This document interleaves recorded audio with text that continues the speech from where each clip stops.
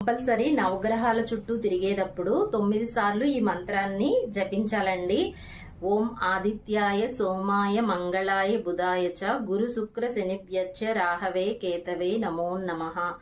ఓం ఆదిత్యాయ సోమాయ మంగళాయ బుధాయ చ గురు శుక్ర శనిభ్యచ్చ రాహవే కేతవే నమో నమః అన్న ఈ మంత్రాన్ని చదువుకుంటూ మనం గుడి చుట్టూ నవగ్రహాల చుట్టూ 9 సార్లు అన్నాయి తిరగాలండి.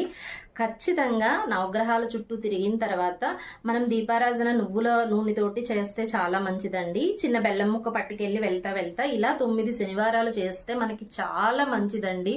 స్వామివారి అనుగ్రహం అన్నది నిజంగా పవర్ఫుల్, చాలా పవర్ఫుల్ అండి. శనీశ్వర స్వామి వారి కూడా ఆయన అనుగ్రహం కానీ లభించిందనంటే నిజంగా అనుభూతి అన్నది మాటల్లో చెప్పలేము. ఖచ్చితంగా ఈ ఒక్క పరిష్కారం అన్నది చేయడం వల్ల ఎవరైతే బాధపడుతున్నారో ఆ బాధ పీడ అన్నది మనకి తొలగిపోయి మనకి అంటే